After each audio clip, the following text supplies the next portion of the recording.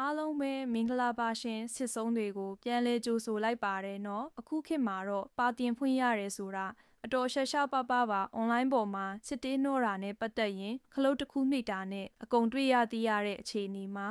ငငယ်ရွယ်နဲ့လက်တဲ့စမ်းကြရင်ခုခေတ်မှာတော့ပါတင်ဆိုတာအင်မတန်တန်ထူးသူမှသာကြုံတွေ့ရနိုင်တဲ့အနေအထားလို့ပြောရပါမယ်အဲ့တော့ရှာရှာပပနဲ့ပါတင်ဖွင့်မှုများအခွင့်အရေးရလာရင်ဘယ်လိုလုပ်ရမလဲဘာတွေပြင်ဆင်သင့်နေဆိုတာကျမ်းမာရေးအရာမျှဝေပါမယ်နော်ဒီနေရာမှာပြင်ဆင်မှုအပိုင်းနဲ့စားသုံးမှုအပိုင်းဆိုပြီးနှစ်ပိုင်းခွဲပြောပြခြင်းပါတယ်သမီးစားတွေရောမင်္ဂလာဦးဇနီးမောင်နှံတွေအတွက်ပါအသုံးဝင်ပါလိမ့်မယ်နော်ကြိုတင်ပြင်ဆင်မှုရာသီလာချိန်မှာ3နှစ်ကပ်ခွာဒါမှမဟုတ်ကွန်းထုတ်ဆောင်ထားပါကင်တော်များများဟာပါကင်ဖွင့်ချိန်မှာအပြိုမီးပေါက်တဲ့အတွက်သွေးထွက်ပါတယ်အပြိုမီးမှာ2မျိုးရှိတတ်ပါတယ်အထူးနဲ့အပါပါတဲ့ဟာကပြဿနာမရှိပေမဲ့ထူရင်တော့သွေးထွက်များတတ်ပါတယ်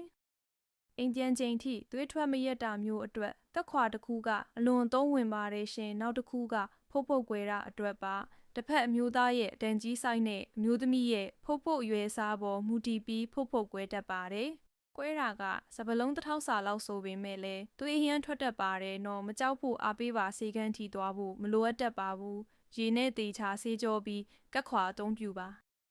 အဲ့လိုမလုပ်ရင်ပေါင်ချံတစ်လျှောက်သွေးစီကြတဲ့အတွက်မလိုအပ်တဲ့ပြဿနာတွေကိုရှင်းရတတ်ပါတယ်နော်နောက်တစ်ခုမှချင်တာကအခင်းတွေပါသွေးပေတတ်ပါတယ်အဲ့ဒါလေဒီယူဆိုင်ကြပါဟိုတယ်3အိယာခင်းတွေကဈေးကြီးပါတယ်နော်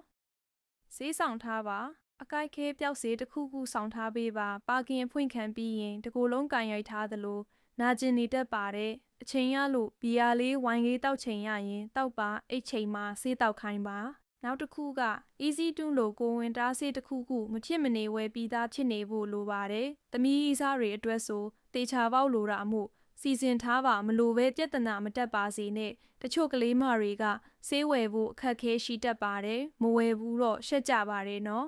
။နယ်မြို့အသေးလေးတွေကဆိုပိုဆိုးပါတယ်တယောက်ကိုတယောက်သိနေတတ်ကြလို့ပါကိုကကြိုတင်ဝယ်လာရင်သူလဲအဆင်ပြေတယ်လို့ကိုလဲနောက်ဆက်တွဲပြဿနာအတွက်ရင်မပူရတော့ပါဘူးရှင်။မြင်သာပါစေ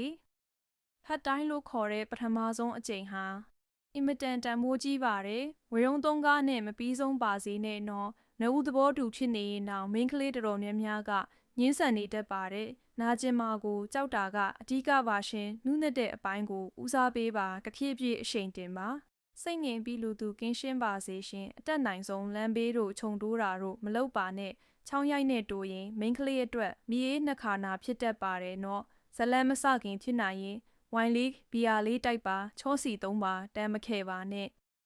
အကွဲချောင်းတစ်လျှောက်ကိုအတန်နဲ့ပုတ်ပါစီစီကိုချော်ထိုးသလိုလိုနဲ့ထိုးဆော့ပေးပါနော်ထိတ်ကိုအရင်ထည့်ပြီးအသွင်းထုတ်လုပ်ပေးရင်အရေးဆိုလာအောင်အချိန်ပေးပါနော်အတန်တစ်ခုရဲ့အနူးညံဆုံးအထိအတွေ့ကိုသိပါစေကိုကလည်းအချိန်မှာပါကင်အရသာကိုတဆုံးခံစားပါသူမကိုနမ်းပါချိုဆို့ပါသူ့မျက်နာကိုကြည့်ရင်ခံစားပါအော်ညီးတန်ကိုအရသာခံပါအယမ်းနာခြင်းအောင်စောင့်လုပ်ဖို့ထက်ကျန်းနာထက်သူမကိုအရသာသိအောင်ကြိုးစားပါအများစုကအန်ကျိတ်ခံတတ်ပါတယ်ပထမဆုံးအကြိမ်ဟာသူ့အတွက်အမှတ်တရဖြစ်နေပါစေကိုဆွဲလန်းသွားအောင်စွမ်းဆောင်နိုင်ဖို့လိုပါတယ်နောက်တစ်ခုသတိထားရမှာကရှေ့ပေါက်ပြီးတာနဲ့နောက်ပေါက်ကိုတန်းပြီးရံမရှာပါနဲ့အချိန်ယူပါသူမအယမ်းကြောက်သွားနိုင်ပါတယ်နော်နောက်ပေါက်ဟာရှေ့ပေါက်ဝါရင်လာမှသွားတဲ့ခရီးဖြစ်ပါတယ်ရှင်ဒါကတော့ပါကင်ဖွင့်ချိန်သတိထားရမယ်အချက်တချို့ပါနော်ပါကင်စားရမယ်ကိုတို့မောင်လေးတို့အောင်မြင်ကြပါစေရှင်